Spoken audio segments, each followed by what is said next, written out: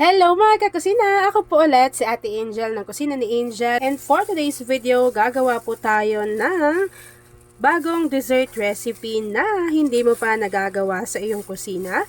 Kaya't panoorin mo na ang buong video dahil madali lang po ito. So una, meron po tayo ditong microwavable tub na meron siyang 500 ml. Tapos po, nilagyan po natin iyan ng custard cake bar. So yung cake bars po na iyon, hinati ko siya sa gitna. Ayan, so ganyan po yung kanyang itsura. Tapos, kapag nailagay nyo na yan dyan, i-flatten nyo lang and ilagay nyo lang siya sa inyong chiller. Ayan, so ako po, gagawa siguro ako ng 4 na piraso. So, nasa sa inyo naman yan kung ilan. Pero ayan po, basta pag nailagay nyo na dyan yung inyong cake bar, siguraduhin nyo na i-flatten nyo yan at ilalagay nyo siya sa inyong chiller. Basta doon lang sa ninyo, ref ninyo. Kung wala naman, pwede nyo naman siyang iset aside lang muna ng ganyan. After po natin tong ma-set aside, ang gagawin naman po natin ay yung ating mixture. So alam nyo ba, biglaan ko lang tong naisip yung recipe na to. Kasi nga, meron ako natirang isang piraso ng hinog na mangga. Tapos hiniwa ko lang yun ng pagkaliliit-liit. Tapos meron pa ako ditong natitira na isang jar ng kaong, kulay green yun. Sabi ko, ang gandang combination. So, meron din akong ganito, mga cake bars. Sa lahat ng ingredients ko na to, tira-tira lang dito sa ref. So, kapag nailagay ko na yan dyan, mga kakusina, set aside ko lang to, gawin na natin yung next procedure. So, una, para sa ating mixture, kakailanganin po natin dito ng Marie Evaporada.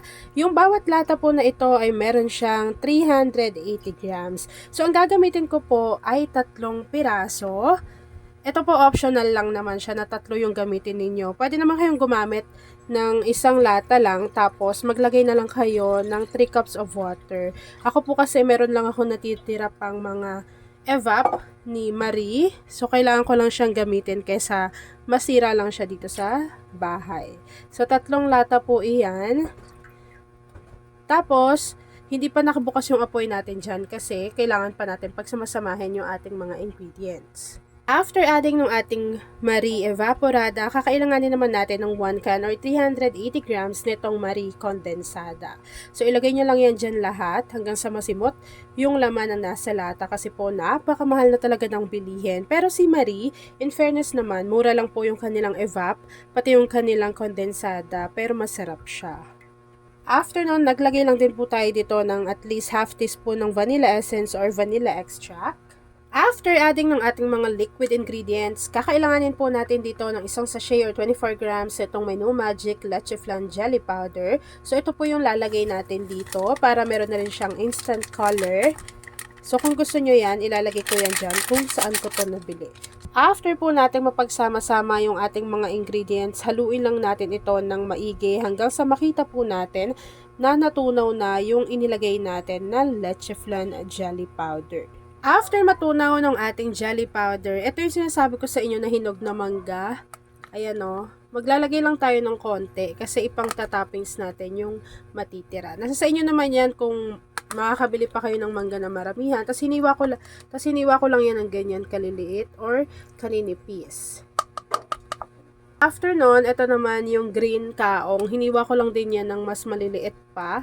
So, kuha lang tayo ng konti kasi ipang tatoppings natin yan later.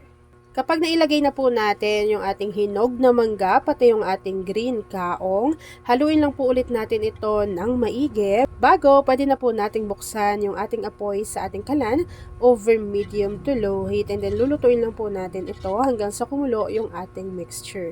So, ako po usually medium to low heat lamang yung apoy.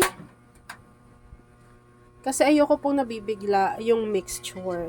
Kasi kapag lalo na may jelly powder yan, kapag nabigla yung pagkaluto, para po siyang namumuo. Kasi hindi siya super soft yung kalalabasan.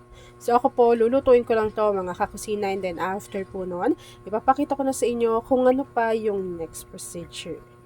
So habang hinahalo natin to mga kakusina, please don't forget to like and follow yung ating Facebook page, Kusina ni Angel. Kung meron din po kayong Instagram, paki-follow na rin ako doon, Kusina ni Angel. Kung gusto mo namang matuto pa ng iba pang mga recipes o kaya naman gusto mo mag-share ng mga niluluto mo everyday, pwede kang sumali sa ating Facebook group. Andyan lang po yan sa ating Facebook page. At ayan na mga kakusina, kapag kumukulo na po yung ating mixture, pwede na po natin i-off yung apoy sa ating kalan at i-transfer lang po natin ito doon sa ating mga microwavable tub na merong cake bars. Kapag na-transfer na po natin ito, hihintayin natin yung mag-set, mag-firm, and then after po nun, ipapakita ko na sa inyo kung ano yung natapos nating easy dessert recipe. At ayun na nga mga kakusina, kapag lumamig na po yung ating dessert recipe, ganyan siya. Naglagay lang tayo ng ating green kaong, pati yung ating mangga na natira. Tapos po, pwede na natin yang i-enjoy.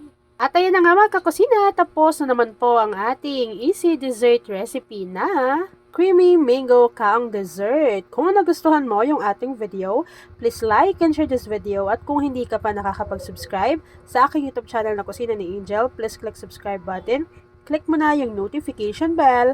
Click all para lagi kang updated sa bawat ina-upload kong mga videos. Yun lang mga kakasina. Thanks for watching and enjoy this video. Grabe, i-share mo na yan, lalo na kung isa ka sa dessert lover.